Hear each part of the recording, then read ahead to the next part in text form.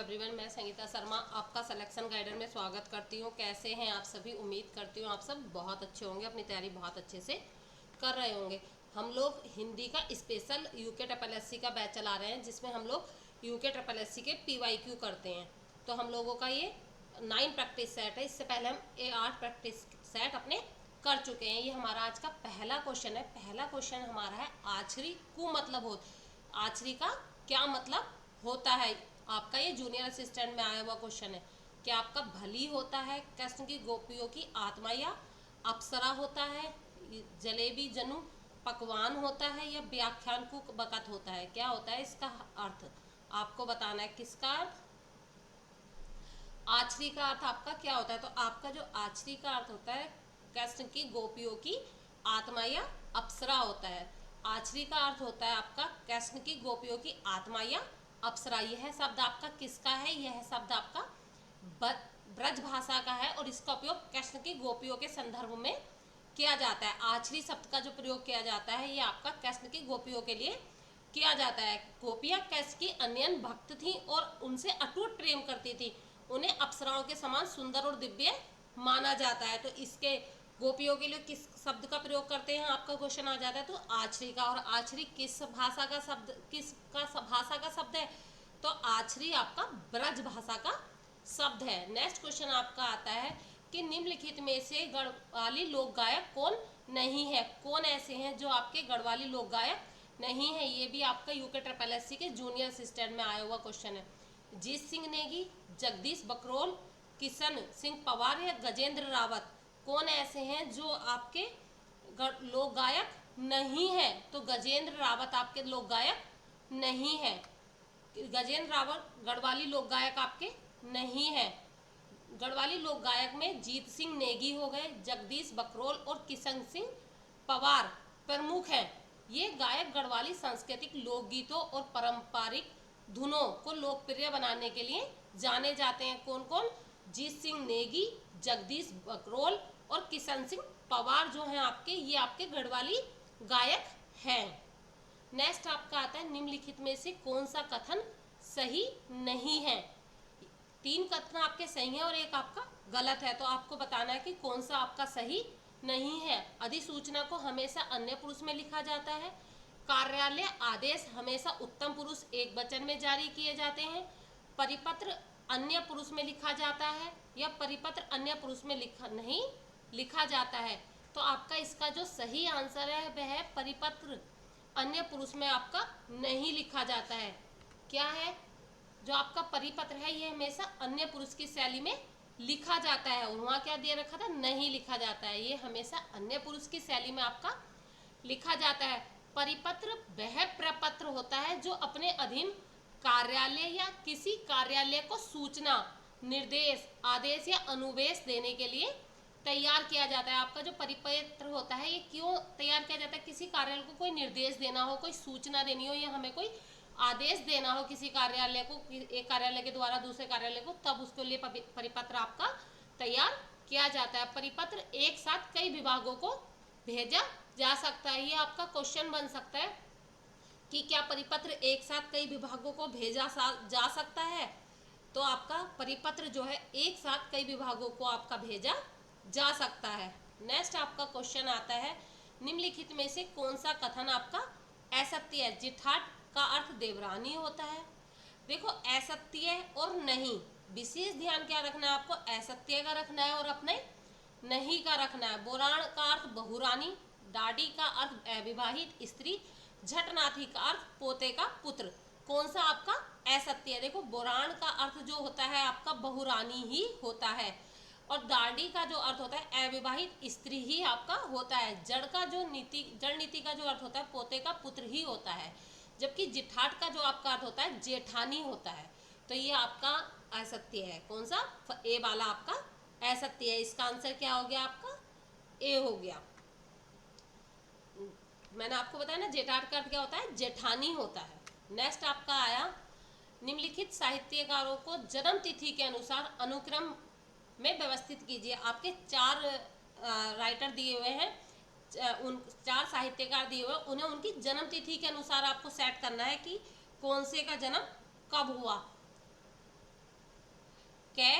अब निम्नलिखित कौन कौन है? महादेवी वर्मा, सुमित्रा नंदन पंत, सूर्यकांत त्रिपाठी निराला या जयशंकर प्रसाद।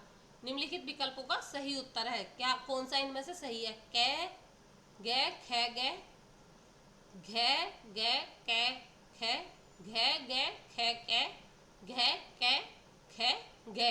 कौन सा आपका सही है? किसका जन्म पहले, क्या पूछा है कि जन्म तिथि के अनुसार लगाना है, मतलब किसका सबसे पहले हुआ, उसके बाद किसका हुआ, उसके बाद किसका हुआ, और उसके बाद सबसे बाद में आपका किसका जन्म हुआ, इसके अनुसार आपको लगाना है। तो आपका कौन सा सही हो जाएगा? आपका सी वाला सही हो जाएगा। क्या मतलब? सबसे पहले जयशंकर प्रसाद जी का हुआ, उनके बाद सूर्यकांत त्रिपाठी निराला जी का जन्म हुआ, फिर सुमित्रा नंदन पंत जी का जन्म हुआ, और उसके बाद आपका महादेवी वर्मा जी का जन्म हुआ। देखो जन्म तिथि के अनुसार जयशंकर प्रसाद का जन्म कब हुआ? 30 जनवरी 1889 में। फिर सूर्यकांत त्रिपाठी जी का जन्म हुआ 21 फरवरी 1899 में। सुमित्रा नंदन पंत जी का जो जन्म हुआ 20 मई 1900 में हुआ, और महादेवी वर्मा जी का जो जन्म हुआ आपका 26 मार्च 1907 में आपका जन्म हुआ। आपके इनके साथ साथ इनकी हम लोग रचना भी देख लेते हैं। देखो जयशंकर प्रसाद की आपकी कामायनी है, आंसू है, लहर है, कंकाल है, तितली है। सूर्यकांत त्रिपाठी जी की आपकी राम की शक्ति पूजा हो गई, सरोज स्मृति हो गई। और सुमित्रा नंदन पंत जी की आपकी पल्लव है, बीड़ा है, गुंजन है, बूढ़ा चांद है। वहीं आपकी महादेवी वर्मा जी की जो है रश्मि है, निर्जा है, दीपशिखा है, और आपकी यामा है। और इन चारों को ही छायावाद का स्तंभ भी कहा जाता है। ये आपका क्वेश्चन आ सकता है, ध्यान रखना। जयशंकर प्रसाद, सूर्यकांत त्रिपाठी निराला, महादेवी वर्मा और सुमित्रा नंदन पंत जी को आपका छायावाद का स्तंभ माना जाता है। ठीक है ना।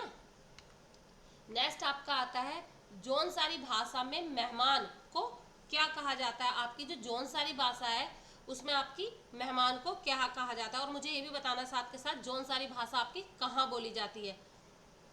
पाहुन, पहुना, पोड़ा या पावड़ा।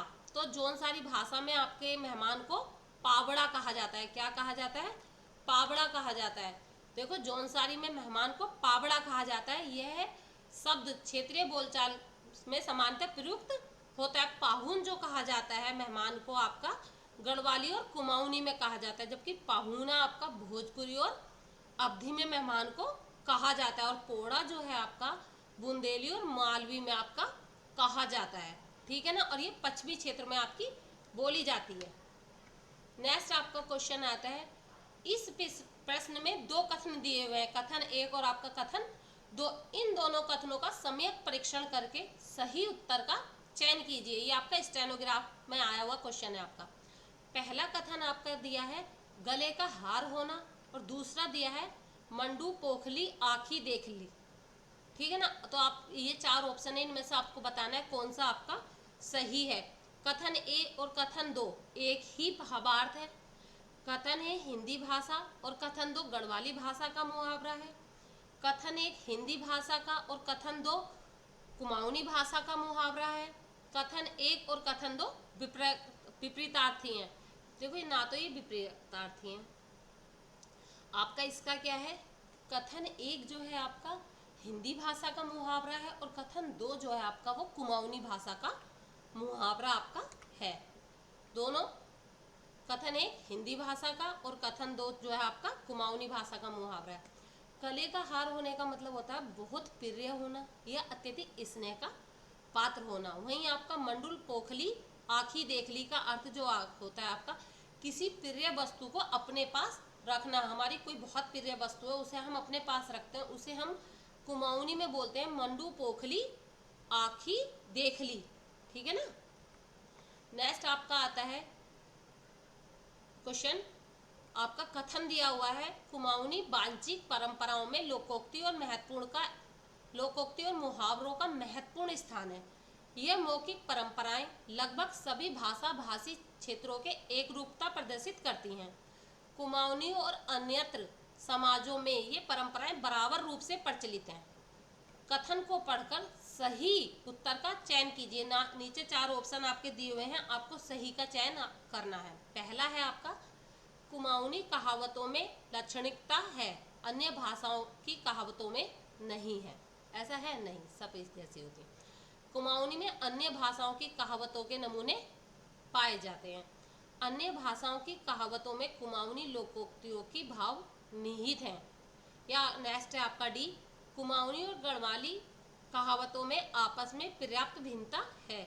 इसका जो आंसर होगा आपका सी होगा, अन्य भाषाओं की कहावतों में कुमाऊनी लोकोक्तियों के भाव निहित हैं। इसका क्या है एक्सप्लेनेशन, कुमाऊनी बातचीत परंपराओं में लोकोक्ति और मुहावरे अन्य भाषाओं से प्रभावित है, जो विभिन्न समाज के में समान रूप से प्रचलित है। क्या होगा ये, समान रूप से आपकी प्रचलित है। इसका अर्थ है कि अन्य भाषाओं की कहावतों में कुमाऊनी लोकोक्तियों के भाव निहित है, जिससे यह स्पष्ट होता है कि इन कहावतों में आपसी समानता और आदान प्रदान होता है, समानताओं का आदान प्रदान आपका होता है। नेक्स्ट आपका क्वेश्चन आ जाता है, निम्नलिखित में से कौन सी पत्रिका कुमाऊनी भाषा से प्रकाशित की जाती है, कौन सी ऐसी है जो आपकी कुमाऊनी भाषा से प्रकाशित आपकी की जाती है। ये भी आपका स्टेनोग्राफर में आया हुआ क्वेश्चन है। पहरू, आदिल कुसली, धराट या पोहे, कौन सी है आपकी पहली, दूसरी और चौथी है, पहली और दूसरी है, दूसरी तीसरी और चौथी है, या पहली दूसरी तीसरी और चौथी चारों ही पत्रिकाएं आपकी कुमाऊनी में हैं। इसका जो आपका आंसर हो जाएगा बच्चा वो बी हो जाएगा। कौन सा हो जाएगा, बी हो जाएगा। पहरू और आदली कुसली जो है आपकी, ये आपकी कुमाऊनी पत्रिकाएं, कुमाऊनी भाषा में ये जो पत्रिकाएं हैं आपकी कुमाऊनी भाषा में प्रकाशित की जाती है। कौन सी, पहरू और आदली कुसली। देखो वही है, कुमाऊनी भाषा में प्रकाशित की जाती है। धराट और धट उत्तराखंड की पारंपरिक जल चलित चक्की है, जिसका उपयोग अनाज पीसने के लिए किया जाता है। यह चक्की नदियों या झरनों के पानी को सख्ती से चलती है और ग्रामीण जीवन पर का अभिन्न अंग है।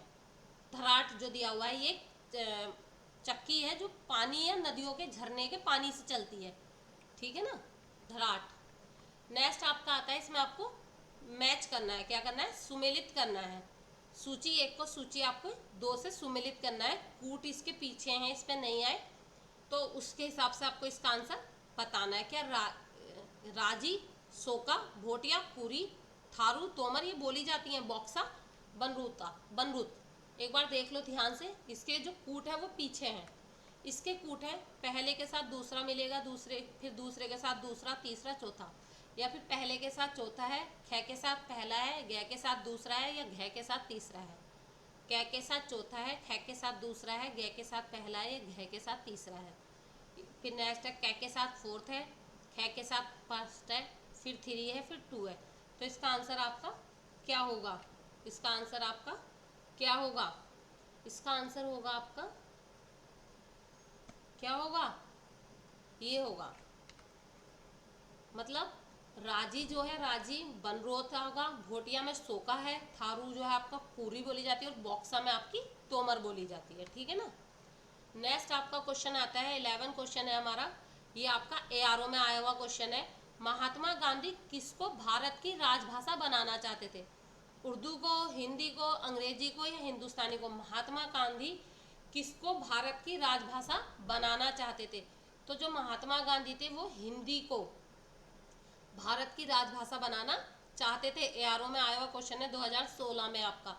वर्ष 1936 में गांधी जी ने कहा है कि अगर हिंदुस्तान को सचमुच आगे बढ़ाना है तो चाहे कोई माने या ना माने, राजभाषा तो हिंदी ही बन सकती है। कोई माने या ना माने, राजभाषा तो हिंदी ही बन सकती है, क्योंकि जो स्थान हिंदी को प्राप्त है वह किसी और भाषा को नहीं मिल सकता। कब बोला था, 1936 में गांधी जी ने ये बात आपकी बोली थी। नेक्स्ट आपका आता है, राजभाषा संबंधी संवैधानिक अनुच्छेद हैं। आपका जूनियर असिस्टेंट में और कंप्यूटर ऑपरेटर में आया हुआ क्वेश्चन है आपका ये 2017 में। 343 से 351, 340 से 348, 341 से 353 या 342 से 354। ये क्वेश्चन तो मैं अब तक शायद ही है कि 10 बार ना करा दिया हो। 343 से 351 भाग 17 के अनुच्छेद 343 से 351 तक विदित है। 343 के खंडे में हिंदी को सब की राजभाषा संघ है, ये सब नहीं है।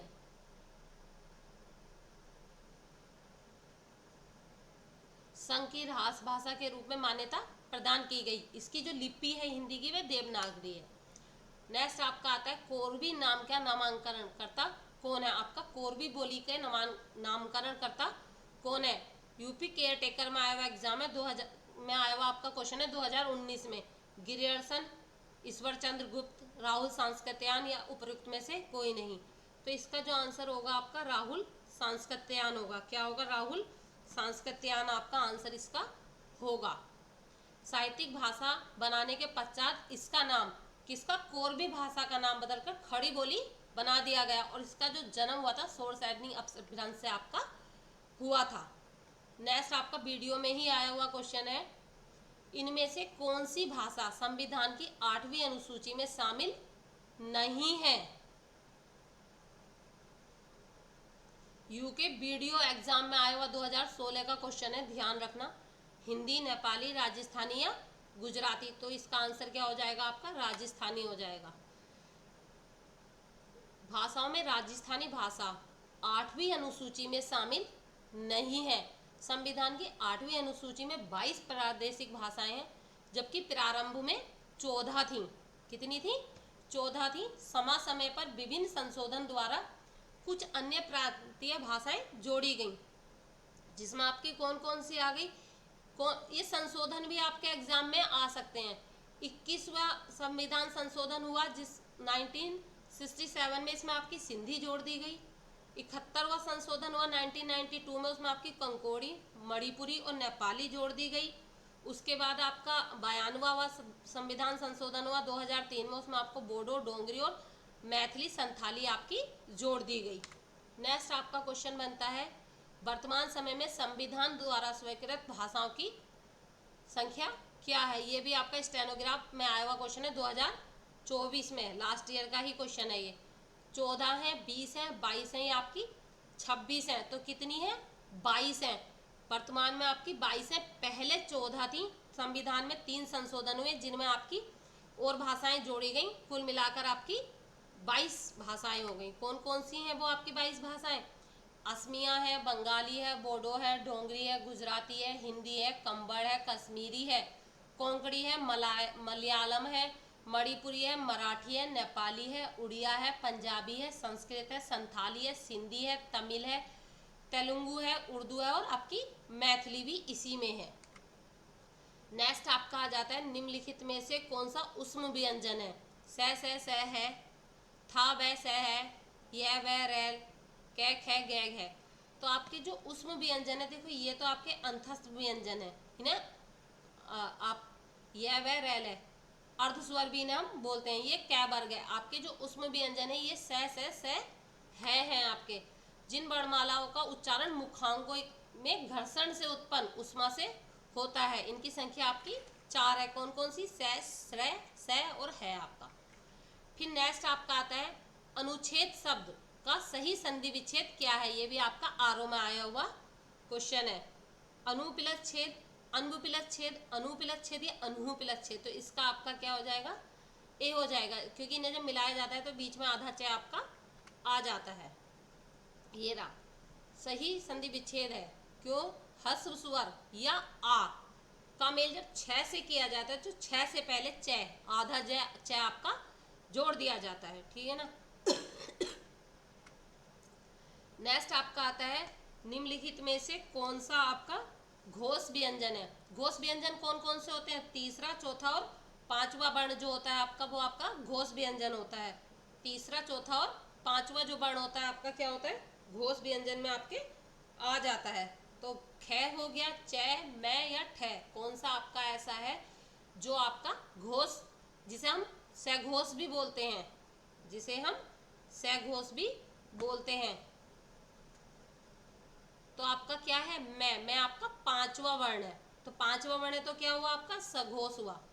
ठीक है ना। ये भी आपके एग्जाम में आया हुआ 2021 में आया हुआ एग्जाम में पेपर क्वेश्चन है।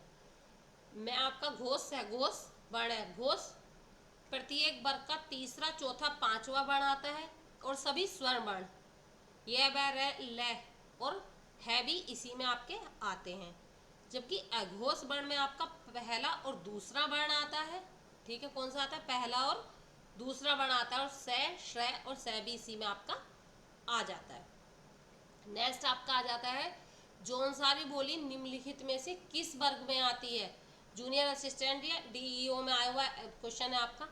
पूर्वी पहाड़ी में, मध्यवर्ती पहाड़ी में, पश्चिमी पहाड़ी में या उपरोक्त में से कोई नहीं। तो आपकी जो जौनसारी बोली है ये आपकी पश्चिमी पहाड़ी में आती है। किस में आती है? पश्चिमी पहाड़ी में आपकी आ जाती है, ठीक है ना।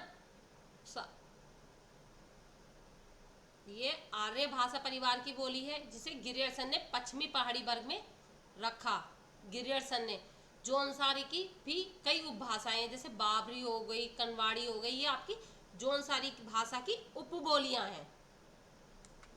नेक्स्ट आपका आता है, राजभाषा आयोग का गठन कब हुआ? ये भी आपका जूनियर असिस्टेंट में आया हुआ क्वेश्चन है। 7 जून 1955, 7 जून 1961, 7 जून 1970 या 7 जून 1965। तो इसका जो आपका आंसर हो जाएगा, इसका आंसर आपका हो जाएगा 7 जून 1955। 7 जून 1955 में आपकी राजसभा आयोग का गठन किया गया था। नेक्स्ट आपका आता है, भारत सरकार, गृह मंत्रालय भारत सरकार की अधिसूचना के तहत इसका गठन किया गया था। क्वेश्चन बन सकता है किसके तहत किया गया था? तो गृह मंत्रालय भारत सरकार की एक अधिसूचना के तहत किया गया था। इसका गठन भारत के राष्ट्रपति द्वारा भारतीय संविधान के अनुच्छेद 341 में वर्णित प्रावधानों के अनुसरण में किया गया था, ठीक है ना आपका। नेक्स्ट आपका आ जाता है, मगही किस उपभाषा की बोली है? आपकी जो मगही है वो आपकी किस उपभाषा की बोली है? छत्तीसगढ़ की है, बिहारी की है, पूर्वी हिंदी की है या मालवी की है? तो आपकी जो मगही है बच्चा, ये पूर्वी हिंदी की है। किसकी है? पूर्वी हिंदी की है। ये भी आपका जूनियर असिस्टेंट में 2008 में आया हुआ, 18 में आया हुआ क्वेश्चन है। देखो ये मगही मैथिली, मगही मैथिली की उपभाषा है। एक मिनट,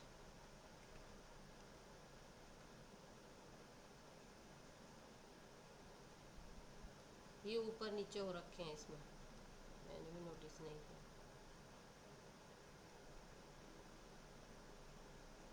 यह मैथिली आएगा।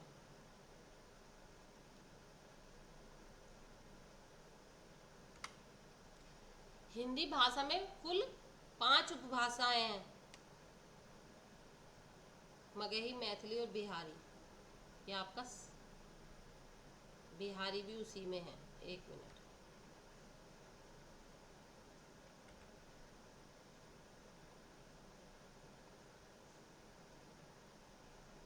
ये ऊपर नीचे हो रखा था, सी ऊपर आ रखा था और बी आपका नीचे आ रखा था। मगही मैथिली की उपभाषाएं हिंदी भाषा की कुल 5 उपभाषाएं हैं और कुल 18 बोलियां हैं। पूर्वी हिंदी में क्या आ जाता है? बघेली, छत्तीसगढ़ी और अवधी आ जाता है। पश्चिमी हिंदी में ब्रज भाषा, कोरबी, बुंदेली, कन्नौजी आ जाता है। बिहारी हिंदी में आपकी मैथिली और मगही आ जाती है। राजस्थानी में जयपुरी और मारवाड़ी आ जाती है। और पहाड़ी हिंदी में कुमाऊनी, गढ़वाली और दक्षिणी हिंदी आपकी आ जाती है। नेक्स्ट आ जाता है, राम भक्त कवियों के काव्य में कौन सी भाषा प्रयुक्त हुई है? आपका कंप्यूटर ऑपरेटर में और जूनियर असिस्टेंट में आया हुआ क्वेश्चन है। अवधी, ब्रजभाषा, ए बी दोनों या भोजपुरी? तो राम भक्त के जो कवि थे उनमें आपकी ए और बी दोनों, अवधी भी और ब्रज भाषा भी आपकी यूज हुई है, ठीक है ना। नेक्स्ट आपका आता है, भारतीय संविधान के किस अनुच्छेद में यह कहा गया है कि भारत संघ की राजभाषा हिंदी और लिपि देवनागरी होगी? यह आपका किस में कहा गया है? अनुच्छेद 343 में, 357 में, 433 में या 334 में? ये तीनों अनुच्छेद जो है इनमें तो हिंदी के बारे में कोई खास बात कही ही नहीं गई है, मतलब कही नहीं गई इनके बारे में तो बात। एक ही आपका अनुच्छेद 343। और ये क्वेश्चन कई एग्जामों में आया, जो आपका यूके सोशल वेलफेयर ऑफिसर में तो आया ही है 2017 में। आपका यू टेट में भी आया हुआ क्वेश्चन है, सी टेट में भी आया हुआ क्वेश्चन है। ये कई बार आया हुआ क्वेश्चन है। 343 फर्स्ट में प्रावधान किया गया कि संघ की राजभाषा हिंदी और देवनागरी लिपि होगी। दो, द्वारा आरंभ से 15 वर्ष की अवधि, ये भी ध्यान रखना, फर्स्ट में कहा गया था, सेकंड में तो के द्वारा प्रारंभ से 15 वर्ष की अवधि तक संघ की उन सभी शासकीय प्रयोजनों के लिए अंग्रेजी का प्रयोग किया जाता रहेगा जिनके लिए पहले प्रयोग किया जाता रहा था। नेक्स्ट आपका आता है अयोगवाह वर्ण का प्रयोग होता है। जो आपके अयोगवाह वर्ण है इनका प्रयोग आपका कहाँ होता है?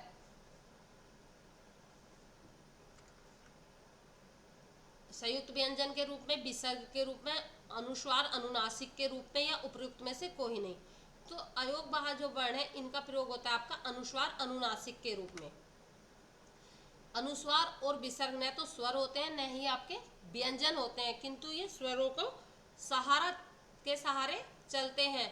अन्य व्यंजनों दोनों में इनका उपयोग होता है, इसलिए इन दोनों ध्वनियों को अयोगवाह कहते हैं। अयोगवाह का अर्थ है योग न होने पर भी जो साथ रहे, योग न होने पर भी जो साथ रहे। नेक्स्ट आपका आ जाता है निम्नलिखित में से कौन सा विकल्प आपका क्या है? मूर्धन्य वर्ण से है। ट है, स है, द है या घ है? कौन सा आपका मूर्धन्य वर्ण से है? तो ट आपका मूर्धन्य से है। क कंठ से होता है, चाहे तालु से होता है ना। बिना अवरोध के उच्चारित होने वाले वर्ण को क्या कहते हैं? एसएससी टीवी टेक्नोलॉजी में आपका आया हुआ क्वेश्चन है 2018 में। घोष, स्पर्श, स्वर या व्यंजन जो बिना अवरोध के, बिना किसी अवरोध के उच्चारित हो उन्हें हम स्वर कहते हैं। क्या कहते हैं? स्वर कहते हैं।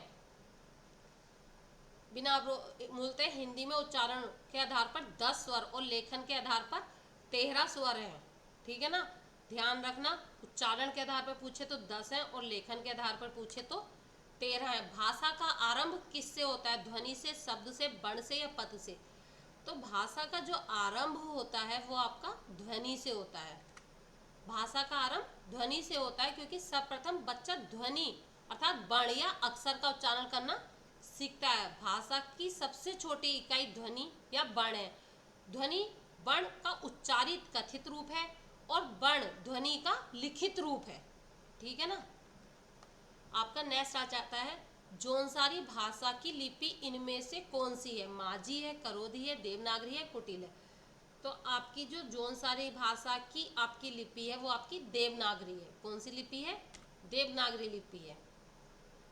जौनसारी आपके उत्तराखंड में बोली जाने वाली एक पहाड़ी भाषा है जो मुख्य रूप से देहरादून और टिहरी क्षेत्रों में प्रचलित है। इसकी लिपि आपकी देवनागरी है जो भारत में व्यापक रूप से उपयोग की जाती है। यह लिपि जौनसारी के साहित्यिक और सांस्कृतिक अभिव्यक्ति के लिए उपयोगी है। ठीक है ना। नेक्स्ट आपका आ जाता है निम्नलिखित में से कौन सी भाषा देवनागरी में लिखी जाती है? इनमें से कौन सी भाषा ऐसी है आपकी जो आपकी देवनागरी में लिखी जाती है? गुजराती, उड़िया, मराठी या सिंधी?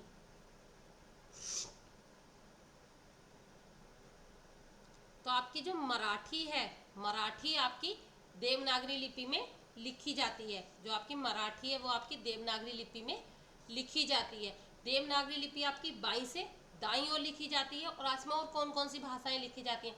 संस्कृत, हिंदी, सिंधी, कश्मीरी, हरियाणवी, डोंगरी, नेपाली भाषा, तमांग भाषा, गढ़वाली, बोडो, अंगिका, मरही, भोजपुरी, नागपुरी, बोबली, संथाली, राजस्थानी भाषा, बघेली आदि सैकड़ों भाषाएं, स्थानीय बोलियां भी देवनागरी में लिखी जाती हैं। जैसे आपकी मराठी आ गई, ऐसे आपकी गढ़वाली भी आ सकती है, अंगिका भी आ सकती है, भोजपुरी भी आ सकती है, कोई सी भी आ सकती है। याद रखना। हिंदी भाषा की लिपि है देवनागरी, रोमन, गुरमुखी या द्रविड़। ये भी आपका अकाउंटेंट में आया हुआ क्वेश्चन है। ठीक है, कंप्यूटर ऑपरेटर में भी आया हुआ है। देवनागरी लिपि में आपकी लिखी जाती है। किस ध्वनि के उच्चारण में नासिका से अधिक और मुंह से कम सांस बाहर आता है, बाहर निकलता है? अनुस्वार में, स्वर में, व्यंजन में या अनुनासिक में? तो क्या होगा इसका आंसर? सब आराम से बता देंगे। क्या होगा? अनुनासिक होगा। जिन स्वरों में उच्चारण के में मुख के साथ साथ नासिका की को भी सहायता लेनी पड़ती है और उच्चारण में नासिका से अधिक और मुंह से कम सांस बाहर आता है, अनुनासिक कहलाता है। इसका जो चिन्ह है वह क्या है आपका? चंद्र बिंदु है। क्या है? चंद्र बिंदु है आपका। नेक्स्ट है आपका, देवनागरी लिपि का विकास से हुआ है खरोष्टी लिपि से, ब्राह्मी लिपि से, केथी लिपि से या उपरोक्त में से कोई नहीं। तो आपकी जो देवनागरी लिपि है इसका जो विकास हुआ है आपका ब्राह्मी लिपि से हुआ है। किससे हुआ है बच्चा? ब्राह्मी लिपि से हुआ है। कहा जाता है कि ब्राह्मी लिपि से उत्तर शैली का विकास हुआ, उत्तर शैली से प्राचीन नगरी का विकास हुआ, प्राचीन नगरी से पश्चिमी नगरी का विकास हुआ, पश्चिम तब तदंतर पश्चिमी नागरी से देवनागरी का विकास हुआ। लेकिन कहाँ से माना जाएगा? ब्राह्मी लिपि से माना आपका जाएगा। ठीक है। नेक्स्ट आपका आ जाता है, निम्नलिखित में से कौन सा संयुक्त व्यंजन है? आपका स, ल, ग या घ। चार है ना आपके संयुक्त व्यंजन, चार आपके संयुक्त व्यंजन है। उनमें से ज्ञ ज्ञानी जो है आपका ये एक संयुक्त व्यंजन है। ये आपका ज और ण से मिलकर बना है। स का उच्चारण स्थान आपका दंत होता है, ल का उच्चारण स्थान दंतमूला या मसूड़ा तथा ब का उच्चारण स्थान आपका दंतीय होता है। नेक्स्ट आपका क्वेश्चन आ गया, हिंदी में उच्चारण के आधारों पर वर्णों की संख्या। उच्चारण के आधार पर वर्णों की संख्या ध्यान रखना, लिखित अनुसार स्वर 13 है, उच्चारण के आधार पर स्वर 10 है। अभी पीछे बता के आई हूँ। 10 स्वर प्लस 35 व्यंजन, 15 स्वर प्लस 30 व्यंजन, 11 स्वर प्लस 31 व्यंजन, ये आपका 14 स्वर प्लस 32 व्यंजन। देखो ये दोनों तो हैं ही नहीं, है ना। उच्चारण पूछा है इसलिए आपका क्या हो जाएगा? ए हो जाएगा। लेखन में आपके 52 होते हैं, 13 स्वर और 35 व्यंजन प्लस 4 संयुक्त व्यंजन भी आपके होते हैं। ट और र मिलकर बनते हैं डी यू के DEO एग्जाम में आया हुआ है 2016 में। ट्र, ट्र, टर या उपयुक्त में से कोई नहीं। तो क्या हो जाएगा इसका? आपका ट्र हो जाएगा। क्या हो जाएगा? ट्र हो जाएगा। यह देवनागरी लिपि के स्वर, संधि और व्यंजनों के नियमों के आधार पर होता है। कै वर्ग है। कै वर्ग आपका कहाँ से उच्चारित होता है? अंतस्थ है, कंठीय है, मूर्धन्य है या दंतीय है? तो कै क्या है आपका? कै आपका कंठीय वर्ग है। कैसा है? कंठीय है आपका। और अंतस्थ में आपके क्या आ जाते हैं? य, रै, लैब है। मूर्धा में टै वर्ग और श्रय और ऋषि और स षष्ठकोण आ जाता है। दंतीय में आपका तै वर्ग और लय और स आपका आ जाता है। नेक्स्ट आपका आया, विज्ञप्ति शब्द हिंदी में आया है। ये भी आपका यूके DEO एग्जाम में आया हुआ क्वेश्चन है 2016 में। अंग्रेजी से, संस्कृत से, पाली से या कन्नड़ से? तो विज्ञप्ति शब्द जो आपका आया है ये आपका संस्कृत से आया है। कहाँ से आया है? संस्कृत से आया है। विज्ञप्ति शब्द संस्कृत भाषा का मूल शब्द है जिसका अर्थ होता है सूचना, घोषणा या सार्वजनिक जानकारी। संस्कृत में यह शब्द हिंदी में जो का त्यों अपनाया गया है। हिंदी भाषा में ऐसे कई शब्द हैं जो संस्कृत से सीधे लिए गए हैं, क्योंकि हिंदी का विकास अपभ्रंश और संस्कृत के प्रभाव से हुआ है। जो संस्कृत से सीधे शब्द लिए जाते हैं उन्हें हम क्या कहते हैं? तत्सम या तद्भव? आप लोग मुझे कमेंट में बताना, जो संस्कृत से सीधे लिए जाते हैं उन्हें हम क्या कहते हैं? तत्सम या तद्भव। स्वर के कितने भेद होते हैं? आपका असिस्टेंट, जूनियर असिस्टेंट में भी आया हुआ है, कंप्यूटर ऑपरेटर में भी आया हुआ है 2017 में। 2, 3, 4 या 5? तो स्वर के आपके कितने भेद होते हैं? 3 भेद होते हैं। क्या? ह्रस्व, दीर्घ और प्लुत। ठीक। और व्यंजन के भी 3 होते हैं, स्पर्श, अंतस्थ और ऊष्म। पै वर्ग का उच्चारण स्थान है। आपका जो पै वर्ग है इसका उच्चारण स्थान क्या है? ये भी आपका कंप्यूटर ऑपरेटर में आया हुआ क्वेश्चन है 2017 में। दंत, ओष्ठ, मूर्धा या कंठ? तो पै वर्ग जो है आपका ओष्ठ है। कंठ से तो आपका क्या होता है? कै वर्ग होता है। दंत से तै वर्ग होता है, मूर्धा से टै वर्ग होता है और कंठ से आपका का वर्ग होता है ना। व्यंजन जिसके उच्चारण में श्वास की कम मात्रा निकलती है कहलाता है। श्वास की कम मात्रा निकलती है कहलाता है मौखिक, अनुनासिक, अनुस्वार या अल्प प्राण क्या कहलाता है? दो होते हैं ना, महाप्राण और अल्प प्राण, पढ़ा है ना, महाप्राण और अल्प प्राण। जिन व्यंजनों में उच्चारण में मुख से हवा या श्वास की कम मात्रा निकलती है, अल्प प्राण कहलाता है, जिसके अंतर्गत हर वर्ग का पहला, तीसरा और पांचवा वर्ग आता है। अनुस्वार में क्या होता है? यह स्वर के बाद आने वाला व्यंजन है, इसकी ध्वनि नाक से निकलती है, जैसे पंकज स्वर के बाद आता है। अनुनासिक, ये ऐसे स्वरों का उच्चारण नाक और मुंह दोनों से होता है और उच्चारण लघुत्तम रहता है। चांद, गांव, इसका निशान क्या है? चंद्रबिंदी। नेक्स्ट आया आपका आगत व्यंजन है, जो आपके कहीं और से आए हुए व्यंजन है। आगत व्यंजन कौन से होंगे आपके आगत व्यंजन? इसे निफ्ता भी बोलते हैं, नफ्ता। टैड है, से, गे, फे, खे, जै, फे या ओ, क्या होगा? खे, जै, फे, नुक्ता बोलते हैं, इस नुक्ता। हिंदी में अंग्रेजी और उर्दू भाषा के शब्दों को शुद्ध रूप में लिखने के लिए और उच्चारण के लिए केवल व्यंजन शब्दों के में एक बिंदु लगाया जाता है, जिसे आगत ध्वनि या व्यंजन कहते हैं, जैसे ये लगा हुआ है। नेक्स्ट आपका आ जाता है निम्नलिखित व्यंजनों में वो वर्ड ढूंढना है जो सघोष भी हो, महाप्राण भी हो और मूर्धन्य व्यंजन भी हो। मूर्धन्य ढूंढ लोगे तो शायद है कर जाओगे। घे, झ, झरना, ठे, ढक्कन, बिल्कुल शुद्ध हिंदी बोल रही हूँ, या धै, धनुष। क्या है आपका? क्या होगा? ढक्कन होगा। सघोष भी है, महाप्राण भी है, मूर्धन्य भी है, जबकि घे आपका सघोष है, महाप्राण है, लेकिन कंठीय व्यंजन है। झ जो है सघोष भी है, महाप्राण भी है, लेकिन तालव्य है। मैंने यही तो कहा था, अगर आप मूर्धन्य व्यंजन ढूंढ गए तो क्वेश्चन कर जाओगे। विकृति शब्द हिंदी में आया है अंग्रेजी से, पाली से, संस्कृत से, ये आपका वीडियो में ही आया हुआ क्वेश्चन है, या कन्हम से, किससे? संस्कृत से, अभी बता के आई हूँ बिल्कुल। इसका अर्थ होता है घोषणा करना, जो का तो अपनाया गया है। हिंदी भाषा में इसे ई शब्द है, जो संस्कृत में सीधे लिए गए हैं, क्योंकि हिंदी का विकार अभ्रंश और संस्कृत के प्रभाव से आपका हुआ है। अंतस्थ ध्वनियाँ हैं आपकी। अंतस्थ ध्वनियाँ कौन सी हैं? स्वर और व्यंजन के बीच की ध्वनियाँ, स्वर, व्यंजन या वर्ण।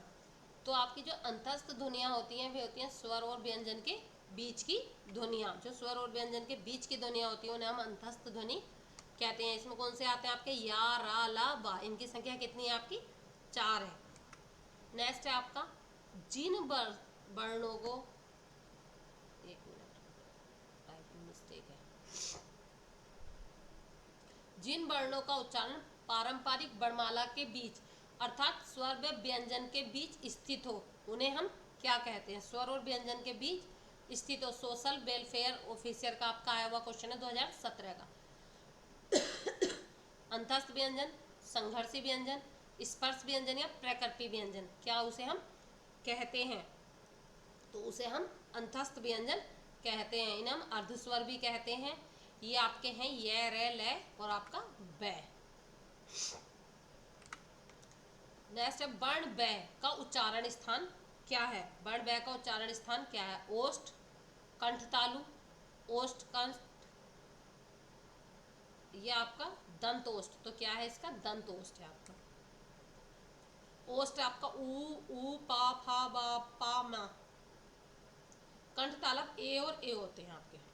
कंठ और ओष्ठ आपके ओ और औ होते हैं। हिंदी व्यंजनों में क्या वर्ग का सही ध्वनि क्या है? कंठीय है, अल्पभाग है, अनुनासिक है, अपिक्ष है। क्या है बच्चा? कंठीय है। नेक्स्ट आपका आ जाता है लिपि का अर्थ है वर्ण का लिखित रूप, भाषा का अर्थपूर्ण रूप, व्याकरण का लिखित रूप या वर्णमाला का लिखित रूप। तो आपका व्याकरण के लिखित रूप को हम लिपि कहते हैं। लिपि लेखन प्रणाली का अर्थ है होता है किसी भी भाषा की लिखावट या लिखने का ढंग। ध्वनियों को लिखने के लिए जिन चिन्हों का